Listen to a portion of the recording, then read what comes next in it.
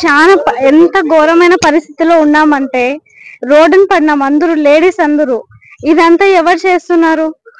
మన ఉండే వైసీపీ కార్యక్రమం వాళ్ళే కదా మనకి అందరూ ఈ పరిస్థితి తెప్పించిండేది. ఇలాగ చేసి మేమంతా రోడ్డున పడిపోయినాం. ఇప్పుడు మనకి ఎవరు ఆదుకుంటారు? ఎవరు ఆదుకోవడం లేదు కదా. ఇప్పుడు ఒక్కరైనా వచ్చి ఆదుకుంటున్నారా? రాజీనామా చేయండి చేయండి అని అంత ఫోర్స్ చేశారు. ఇప్పుడు ఒక్కరిగానే ఆదుకోవడం లేదు. మాకు దయచేసి మీకు ఎవరైతే రాజీనామా చేయమని చెప్పారో వాళ్ళని వెళ్ళి అప్రోచ్ అయ్యారా మీరు? మేము వాళ్ళని మెసేజ్ చేశాను సార్. నేను వాళ్ళు ఏం చెప్తున్నారు, ఇప్పుడు ఏం కాదని చెప్తున్నారు. ఫోన్ చేస్తే ఫోన్ రిసీవ్ చేయడం లేదు. ఇప్పుడు మా పరిస్థితి ఎవరికి చెప్పుకోవాలా మేము?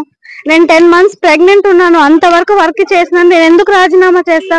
వాళ్ళు బలవంతంగా నాతో రాజీనామా చేపించారు. మీరు రాలేదంటే మీ సైన్లు మేమే చేసేసి మేమే పెట్టేస్తాము, మీ ఇష్టం అని మనకు భయపెట్టిస్తున్నారు. మా హస్బెండ్ వద్దన్నాడు, అయినా నేను లేదు వాళ్ళు భయపెడుతున్నారు అనేసి రాజీనామా చేయాల్సింది వచ్చింది. నేను నా కొడుకుని ఎత్తుకొని నేను ఎంత ఇది చేస్తున్నాను. మాకెవరు లేరు ముందు వెనకాల చూసుకునేకి. నేను నా కొడుకుని చూసుకునేది నేను ఒకటే. మాకెవరన్నా ఉన్నారా? ఇప్పుడు ఈ పరిస్థితి తెచ్చి పెడితే మాకు ఎవరు చూసుకుంటారు?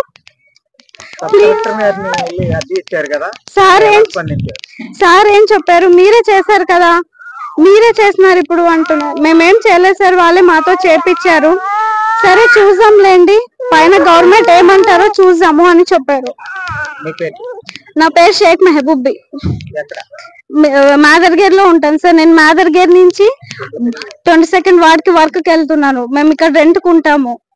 మాకు ఉండేది ఇది ఒక్కటే ఆదాయం. ఇప్పుడు ఇది కానీ లేకోకుండా చేస్తే మేము ఎక్కడ పోవాలా?